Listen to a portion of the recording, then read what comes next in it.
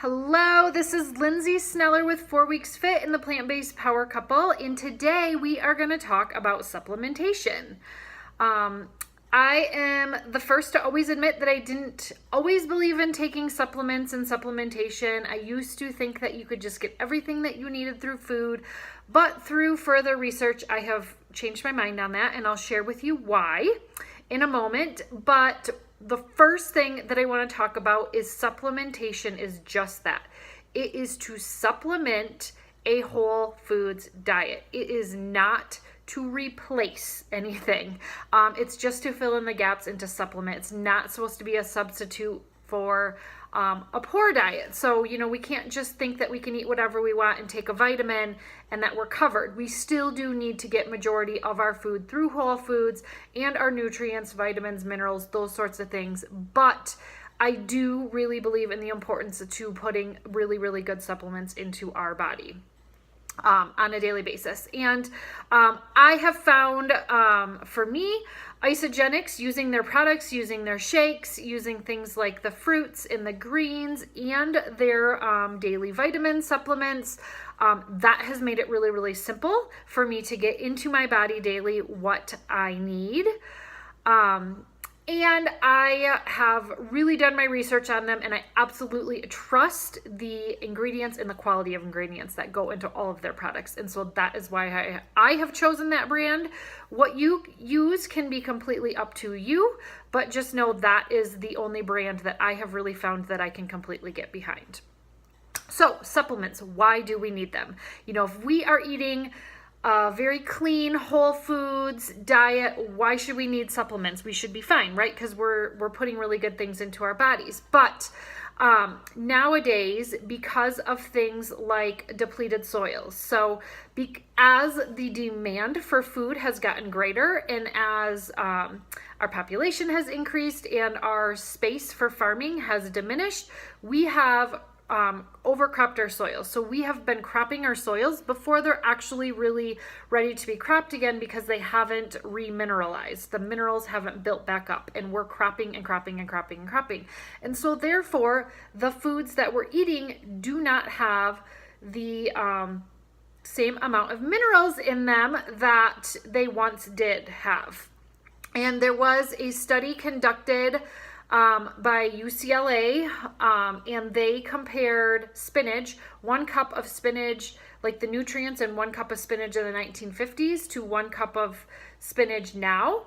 And it literally takes like 44 cups of spinach that we have to eat to get the same amount of nutrients as like our grandparents would have gotten in the 1950s. So I don't know about you, but I'm not eating 44 cups of spinach in a day, like literally ever. So for me, I've chosen I'm going to supplement because that makes it a whole lot easier for me than to sit and eat 44 cups of spinach every single day, because who has time for that?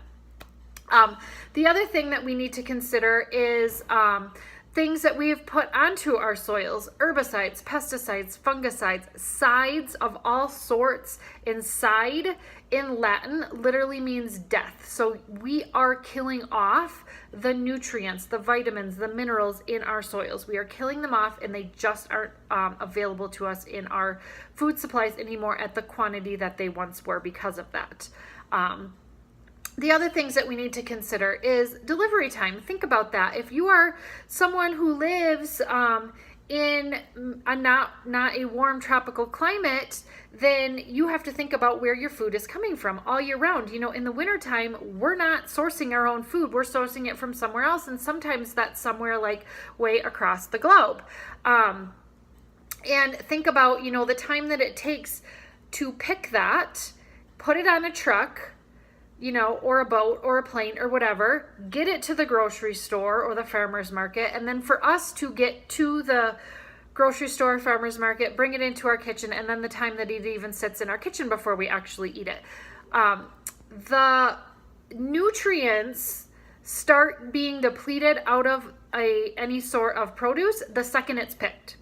So think about that amount of time, like all that whole amount of time, the nutrients are being depleted before we even put it into our bodies. So, not only does it have less to begin with, but then, that delivery time that it takes for, to get from wherever it was grown to actually into our home, is depleting it as well. And then we tend to cook things. And anytime we heat something, we are taking nutrition out of it as well. So you throw that on top of it and then it's getting to be even less. So can you see how, even though we're eating really, really, really, we could be eating really quality things and thinking that we're putting really good stuff into our bodies, that, it's actually like minuscule amounts that we're actually getting into our body nutrient-wise. The other things to consider is just nutrient absorption and how our bodies are able to absorb those nutrients.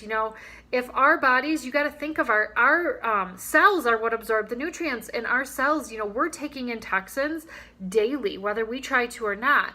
And if our cells are really, really laden with toxins and inflammation and those sorts of things, you think of it like a sponge. A wet sponge isn't really able to absorb that much more water. Same thing with our cells. When they're full of other junk, then they're not able to really properly assimilate all of the good nutrients that we're putting into our body. And you throw on top of that aging, just as we age, our bodies tend to produce fewer enzymes, so we're not as readily able to absorb the nutrition, and stress. We can, have compromised immune systems because of stress, and it just can lead to our bodies not being able to absorb and properly digest the nutrition that we're putting in there. So there is a whole host of things that go into our, not just, even if we're putting it into our bodies, are our bodies actually absorbing it properly?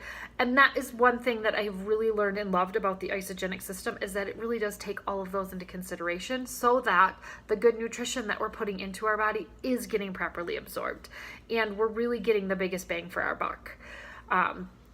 But I want to talk about some of my favorite supplements, so that if you decide you want to start supplementing, then you can. I use the Isagenix shakes. I love them. I get 2 of them into my body every single day. There is more nutrition in that one shake than most people are putting into their bodies on a daily, like all together on a daily basis. And the one thing that I really like to tell people will sometimes say, well, FDA requirements. I want people to know the FDA requirements of any vitamin, mineral, nutrient is like the bare minimum needed to survive. It is not what our bodies actually need to thrive. It's just like survival mode. So know that, when the FDA puts out something, that is like the minimum of what you should be putting into your body. And FDA says that we should be getting 7 to 9 servings of fruits and vegetables daily, each fruits and vegetables. 7 to 9 servings of fruits, 7 to 9 servings of vegetables. I don't know about you, but I know that that's really difficult to do. And if you think about your day and what you're eating throughout the day, most people are not eating any sort of vegetable for breakfast. I know that for sure. Maybe a fruit, but most people aren't eating that many vegetables for breakfast. Maybe you'll have, fruits, vegetables for a snack here and there, so that will take care of a couple servings. Maybe you'll have a serving at lunch and serving at dinner, but most people are maybe getting 4 to 5 servings in, and that's probably being pretty generous. So think about your day and what you're eating, and are you really getting into your body what you should get, and really consider that what we're eating, if you are someone who consumes animal products, that there is less available in those even too, because we're not feeding our animals a natural diet anymore, and you have to think that what the animals are eating are depleted as well. So everything is just less, and it's really, really imperative for us to supplement and get it from different sources. So let's talk about some of my favorites. Magnesium. Magnesium is a huge something that is really, really important. Magnesium plays a role in actually assimilating over 200 chemical processes within our bodies. So if we are deficient in magnesium, a whole host of problems can start happening, and we can be like not properly absorbing over 200 different things because of that, because it plays such a major role in that. It supports a healthy metabolism. So as we are looking to maybe lean up, lose weight, speed our metabolism up a little bit, especially as we get older, those metabolisms tend to slow down. Very, very, very important for us to get magnesium into our bodies. It's really, really important in the synthesis of protein and fatty acids, transmission of our nerve impulses, so our feelings, how we feel within our bodies and our nerve impulses. It's really, really good for managing stress, and it really supports a good night's sleep. So magnesium is something that I take every single night before bed.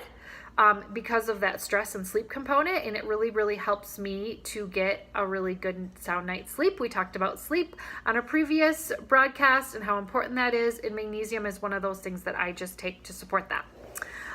Omega-3s. So omega-3s, we just simply aren't getting enough in our diet because the things that omega-3s are in, like fish, aren't eating a natural diet anymore. So they're lacking in that aspect. So it is imperative for us to supplement that. Plus, if you think about that, if you are eating a high quantity of fish, there is a really, really high risk of intaking things like heavy metals and things that aren't so safe for our bodies. So supplementation is a really good solution to that. Omega-3s, they help with our brain function, healthy brain function, helps to lower inflammation. So, what role does that play in weight loss? Well, if our bodies are all inflamed and puffy and we're holding onto water and things, it's really, really hard to lose weight. And a lot of times, that is something that is first recommended for weight loss. Just up your omega-3 intake. And it also for athletes, because anytime we are in the gym and we're working out really, really hard, we're inflaming our muscles. And so a lot of really, really high level athletes will be put on a high dose of omega-3s. Their nutritionists and trainers will really, really up their omega-3s. So if you're someone who's like training really hard for something, that's something for you to consider. Helps to have healthy blood pressure, cardiovascular function, improves circulation. So, if you think about that, our blood circulation is how we actually deliver nutrients to our muscles. So it actually can help with athletic performance too, because it's and muscle, in building lean muscle, because we're actually getting the nutrients to our muscle in a more efficient way. Helps with our vision and our skin. So that is a super important one. Probiotics. I love probiotics. I think probiotics are something that everybody should be taking every single day. Probiotics help to support our gut bacteria that line our digestive tract, so that it supports our body's ability to actually absorb and assimilate the nutrients that we're putting in. And gut health, having really, really a healthy gut is really, really, really imperative to our mood and our brain as well. And I think a lot of people maybe don't know that. Super important, and it's really, really, really important in building our immunity as well. So my whole family takes probiotics daily, including my kids. But if you, just so you know, if you are someone that is drinking the Isolene shakes, they do add probiotics and enzymes into there so that we can properly absorb and assimilate the good nutrition that we're putting into our body. So you are getting it from there, but I also add in an extra probiotic. The good thing to know about probiotics, how you know if it's a really good quality one or not, is if it's refrigerated. If you are grabbing it just off the shelf of the grocery store, that is not a live probiotic, and so you're not getting as much into your body, and it's not as powerful. So make sure that you are always grabbing one. It should be in the refrigerated section, and then when you get it home, make sure you're storing it in the refrigerator. Keep those probiotics live so that you're getting the biggest benefit out of that. And then the last one I want to talk about is vitamin D. Vitamin D is something that so many people are deficient in. We got that a while back. We started being really, really fearful of skin cancer, and so we started putting sunscreen on our skin, which is super important. I am totally an advocate of sunscreen, but because of that, we're not really getting very much natural sunlight anymore, because we've been really, really kind of scared into allowing our skin to have that natural sun exposure because of the skin cancer risk. So first of all, make sure that you're using a sunscreen that is has really, really clean ingredients. And the only thing that you need in your sunscreen, guys, titanium dioxide and zinc oxide.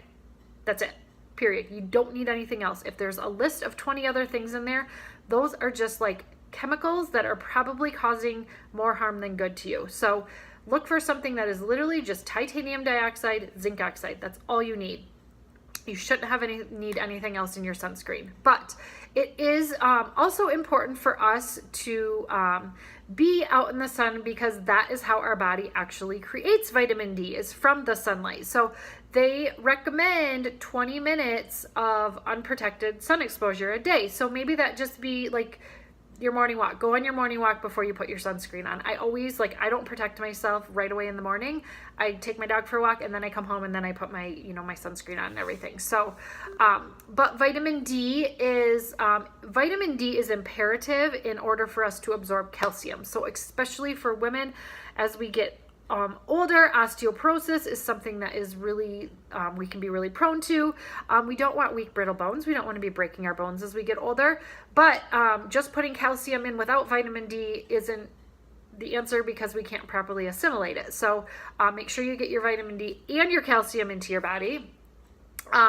Vitamin D is really important for immunity. You hear people get sick a lot in the wintertime, and that tends to be why, because our body is producing less vitamin D. It's really, really important in our immune health.